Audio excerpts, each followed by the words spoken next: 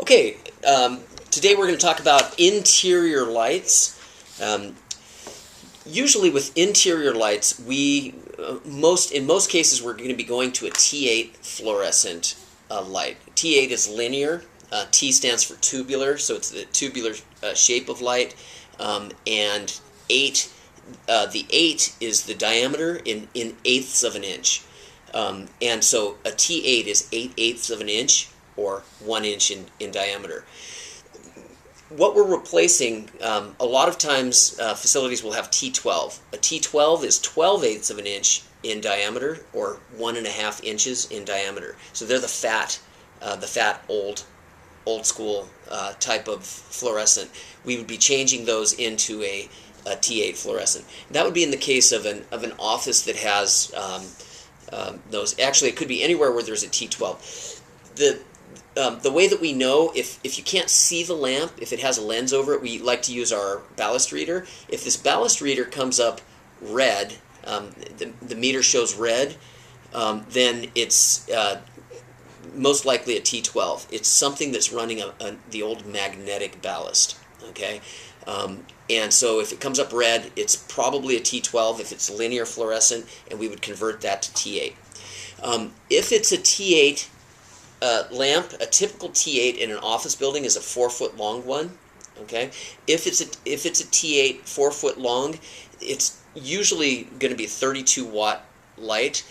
We can also change those T8s to the new 3rd generation T8, which is a 25-watt lamp, and those ones, because we get a higher CRI and often are using a better Kelvin temperature color, those lights will give better light, even though they're only using 25 watts of light instead of 32.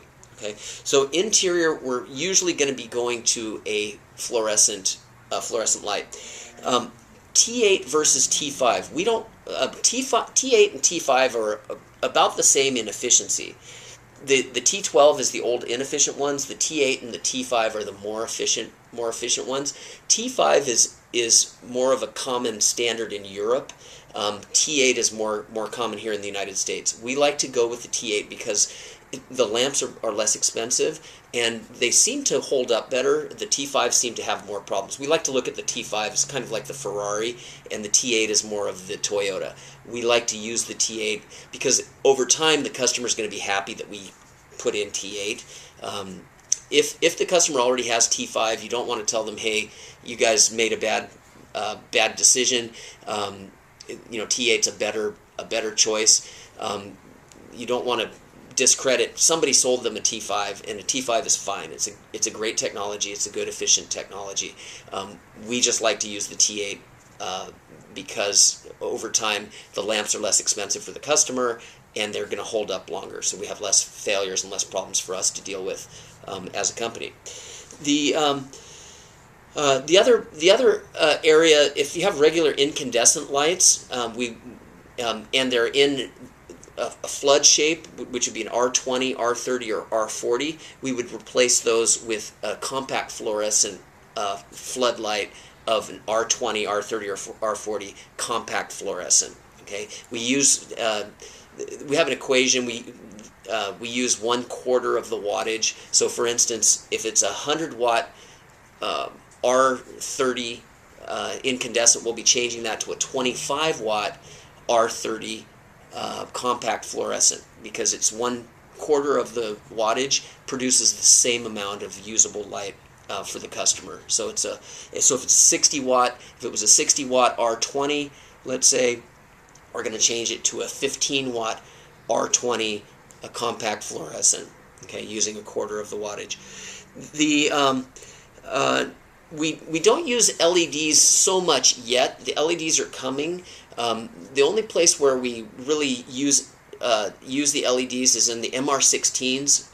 We have a program for that. The MR16s are even smaller than the R20s, and those are typically small halogen lights that could be 25, 35, or 50 watts typically, and we'll replace those with LEDs using 1/5 of the wattage. So for instance, if it's a 50-watt halogen MR16, we'll replace it with a 10 watt LED version of those.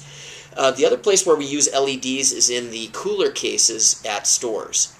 Okay, we're replacing in those cooler doors. Those are the vertical ones, like at a 7-Eleven, where you go in to get the beer or the Colt 45 or whatever you like to drink. When you're opening up the cooler case, they'll have T12s or T8s fluorescent in the doors. We'll replace either a T12 or a T8 with an LED, again, vertical door light. Yeah, so, and the ballast reader, again, one thing on the ballast reader is going to tell us whether it's a line power, which is 60 hertz, or something else. So, for instance, if I were to use this on an incandescent light, it will come up red because it's just regular line power. There's no ballast in there. The ballast is converting the hertz of the power to something else. So, for instance, a T8 fluorescent is going to have a ballast that runs 20,000 hertz, something like that, or 30,000 hertz. It will come up green with my meter, and oh, this is coming up red. So it will come up green. If it comes up green, it's because it's not 60 hertz power, it's something else, and in that case it would be a ballast. This is a ballast reader. Basically, it's used to tell you whether it's T12 or T8. It can also tell you whether it's incandescent or if it's a compact fluorescent that's inside of a fixture.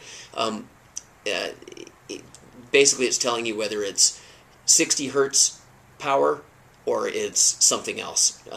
It's an electronically ballasted product that is going to be using 20,000 hertz or some other level.